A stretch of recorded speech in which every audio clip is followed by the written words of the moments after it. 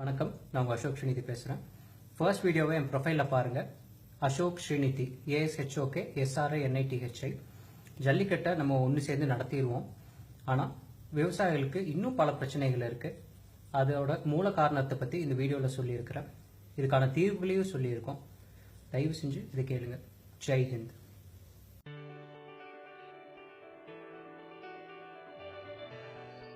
நம் முன்னோர்கள் பின்பற்றிய ஒவ்வொரு செயலுக்கு பின்னாலும் பல அறிவியல் அர்த்தங்கள் உள்ளடங்கின.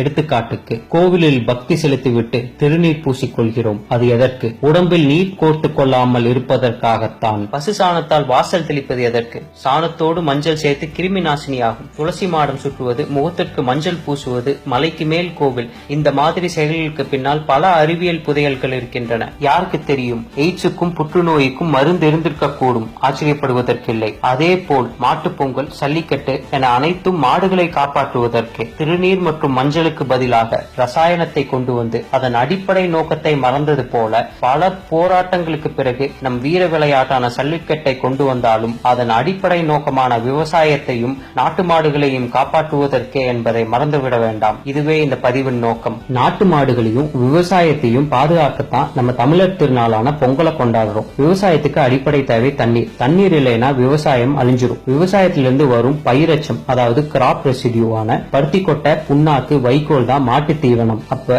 விவசாயம் அழிஞ்சிச்சுன்னா நம்ம நாட்டு மாடுகளும் சேர்ந்து அழிஞ்சிடும். இதுதான் இப்ப இங்க நடந்துட்டு இருக்குது. விவசாயம் அடிப்பட்டா அத்துணை துறைகளுமே அடிப்படும். அத்தியாவசிய பொருட்கள் விலை ஏறும். சோப்பு, சீப்பு, பால், பருப்பு எல்லா விலையுமே ஏறும். வாகன உற்பத்தி துறையிலிருந்து FMCG, நுகர்வோர் பொருட்கள் துறை, வங்கித்துறை, அத்தனை துறையுமே அடிப்படும். இயற்கையாகவே இதை சார்ந்த வேலை வாய்ப்புகளும் குறையும். படித்த பட்டதாரிகள் வேலை இல்லாம இருப்பாங்க. அவங்க படிப்புக்காக வாங்கின வங்கி கடனை கட்ட முடியாது. சில பேர் இதனால தற்கொலை முயற்சி கூட பண்ணிக்கிறாங்க. வங்கி கடனோட வட்டியை கட்ட வெளியே கடன் வாங்குறாங்க. இதுதான் மைக்ரோ பினான்சியல் கிரைசிஸ், அதாவது நுண் நிதியியல் நெருக்கடியின் ஆரம்பம். இதுதான் இப்ப தமிழ்நாட்டில் நடந்துட்டு இருக்கு. இதுக்கு நான் உங்களுக்கு எடுத்துக்காட்டோட சொன்னா நல்லா புரியும். விவசாயத்துக்கு அடிப்படை தேவை தண்ணீர். 2010-11 நமக்கு நல்ல மழை பெஞ்சது. அதாவது சவுத் வெஸ்ட் மான்சூன் தென்மேற்கு பருவமழையிலிருந்து 383 மில்லிமீட்டர் அளவும், வடகிழக்கு பருவமழையிலிருந்து 605 மில்லிமீட்டரும் அளவும், மொத்தமா 1165 மில்லிமீட்டர் அளவு மழை பெஞ்சது. ஸ்டான்லி ரிசர்வாயர், அத லைஃப் லைன் ஆஃப் காவேரி டெல்டான்னு கூறுவாங்க. அந்த நீர் தேக்கம் அது முழு அளவான 120 அடியை எட்டியது. ஆனா 2012-13 தமிழ்நாட்டில் வறட்சி, பருவமழைகள் தவறின. தென்மேற்கு பருவமழையிலிருந்து 220 மில்லிமீட்டரும், வடகிழக்கு பருவமழையிலிருந்து 350 மில்லிமீட்டருமா, மொத்தமா 700 மில்லிமீட்டர் அளவே பெஞ்சது. இப்ப நம்ம நல்ல மழை பெஞ்ச 2010-11 வருஷத்தையும் வறட்சியா இருந்த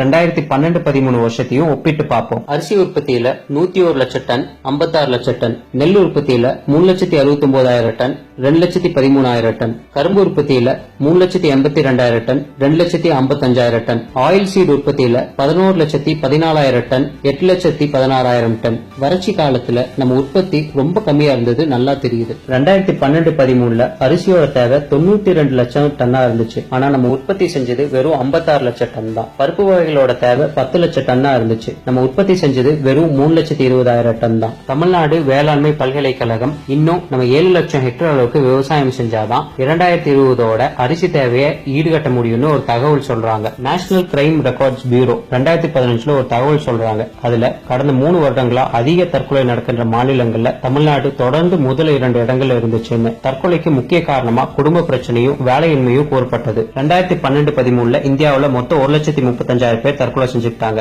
அதுல தமிழ்நாடு முதல் இடத்துல இருந்துச்சு. 16,875 பேர் தமிழ்நாட்டில் தற்கொலை செஞ்சுக்கிட்டாங்க. இந்தியாவின் பெரிய நகரங்கள் பட்டியல்ல சென்னை 2,183 தற்கொலைகளுடன் முதல் இடத்துல இருந்துச்சு. இது எல்லாத்துக்கும் அடிப்படை காரணம் தண்ணீர்.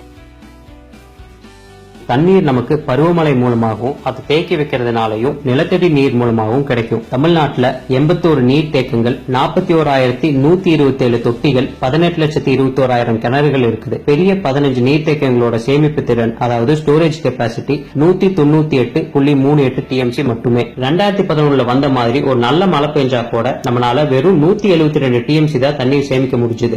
ஏன்னா நம்ம கிட்ட போதுமான அளவு அணைகள் இல்ல. நம்ம அரசாங்கனால கடந்த 50 வருஷமா ஒரு அணை கூட கட்ட முடியல. ஆனா லஞ்சம் வாங்கி வாங்கி ஏரி குளங்களை அழிச்சிட்டாங்க. விடுதலை வாங்கி 70 வருஷம் ஆச்சுன்னா இங்க இன்னும் என் விவசாயிகள் பிச்சை எடுத்துட்டு இருக்காங்க. நம்ம நாடு விடுதலை வாங்கினதுக்கே அர்த்தம் இல்லாம பண்ணிட்டாங்க. வாட்டர் மேனேஜ்மெண்ட், நீர் வேளாண்மை, இத பத்தி நம்ம முட்டாள் அரசியல்வாதிகளுக்கு தெரிஞ்சதுன்னா நம்ம நாடு எப்பவோ வல்லரசு நாடா இருக்கும். அவினாசி அத்திக்கடவு திட்டம், பெண்ணையார் பாலாறு திட்டம், காவேரி குண்டூர் திட்டம், காவேரி சாரபாங்கா திட்டம், சாத்தனூர் பாலாறு திட்டம், தாமிரபரணி உபரிநீர் திட்டம், இது மாதிரி 20 உபரிநீர் திட்டம் இருக்குது. இதை நிறைவேற்றினா போது தமிழ்நாடு செழுமையா மாறும். ஒரு 2 திட்டம் பத்தி நான் சொல்றேன். கோயம்புத்தூர் அவினாசி மக்களோட கனவு திட்டம் தான் அவினாசி அத்திக்கடவு திட்டம். பவானி ஆறிலிருந்து உபரியாகி வெளியேறி வீணாகும் தண்ணீரை கொண்டு அவினாசி மற்றும் கோவையை வளப்படுத்த உருவாக்கப்பட்ட திட்டம் தான் அவினாசி அத்திக்கடவு திட்டம். பவானி ஆறில் வருடத்துக்கு 53 டிஎம்சி உபரி நீர் வெளியாகிறது. இந்த பகுதியில் உள்ள 85 குளங்களில் 225 குட்டைகளில் நிரப்ப முடியும். இந்த திட்டம் நிறைவேற்றப்பட்டால் 1,30,000 ஏக்கர் விவசாய நிலத்தின் நிலத்தடி நீர் மட்டம் உயரும். 2 டிஎம்சி உபரி நீரை இந்த குட்டைகளில் வருடத்துக்கு ஒரு முறை நிரப்பினால் 5 வருடத்துக்கு குடிநீர் பிரச்சனையே வராது. 50 லட்சம் மக்கள் பயனடைவார்கள். காமராசர் காலத்தில் போடப்பட்ட இத்திட்டம் 60 வருஷம் ஆகியும் நிறைவேற்றப்படாமல் இருக்கிறது. காவேரி கர்நாடகாவுடன் பிரச்சனை, முல்லை பெரியாறு கேரளாவுடன் பிரச்சனை, கிருஷ்ணா மற்றும் பாலாறு ஆந்திராவுடன் பிரச்சனை. ஆனால் தாமிரபரணி நம்மூர்லேயே ஆரம்பித்து நம்மூரிலே முடிகிறது. இதில் வருடத்துக்கு 13 டிஎம்சி உபரி நீராக வெளியேறி வீணாகிறது. இதில் 1 டிஎம்சி தண்ணீரை அருகில் உள்ள குளங்களிலும் குட்டைகளிலும் நிரப்பினால் 4 மாவட்டங்களுக்கு குடிநீர் பிரச்சனையே வராது. இதுதான் தாமிரபரணி உபரி நீர் திட்டம். நிலத்தடி நீர், தமிழ்நாட்டோட நிலத்தடி நீரை ஆராய்ச்சி செஞ்சுட்டு சீரியஸ்லி கிரிட்டிக்கல் கண்டிஷன் சொல்லி இருக்கிறாங்க.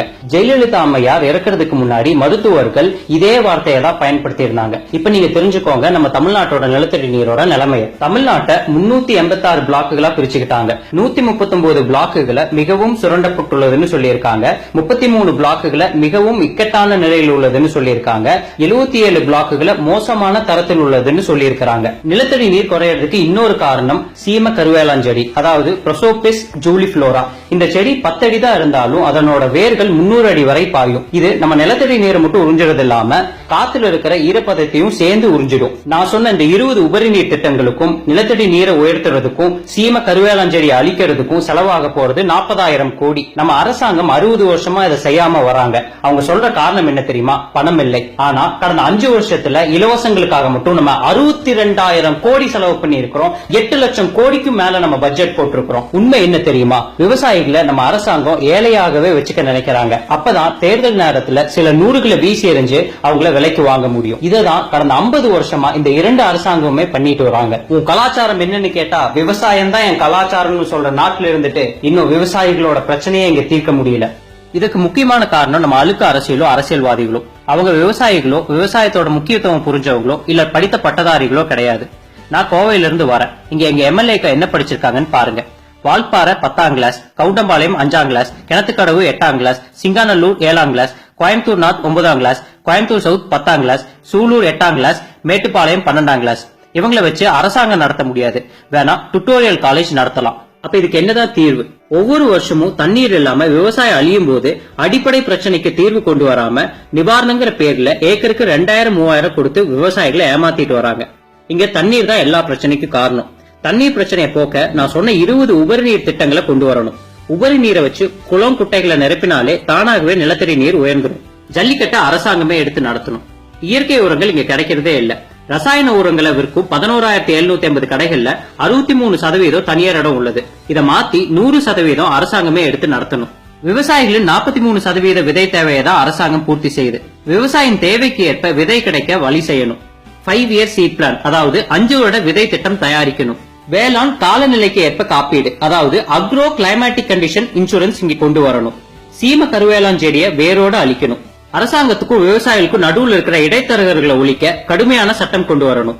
சிறு குறு விவசாயிகளுக்கு வங்கியை குறுகிய கால கடன் தரணும். கந்து வட்டியை அடியோட ஒழிக்கணும். மணல் கொள்ளையை தடுத்து நிறுத்துங்க. கொக்கோ கோலா கம்பெனி தாமிரபரணி ஆத்துல இருந்து தண்ணீர் எடுக்கிறத தடுத்து நிறுத்துங்க. தொழிற்சாலை கழிவுகளை நம்ம ஆத்துல கலக்கிறத தடுத்து நிறுத்துங்க. இது செய்யறவங்களுக்கும் இதுக்கு துணை போற அரசு அதிகாரிகளுக்கும் அரசியல்வாதிகளுக்கும் தூக்கு தண்டனை கொடுங்க. நம்ம நாட்டு வளங்களை இனி யாருமே சுரண்டக்கூடாது.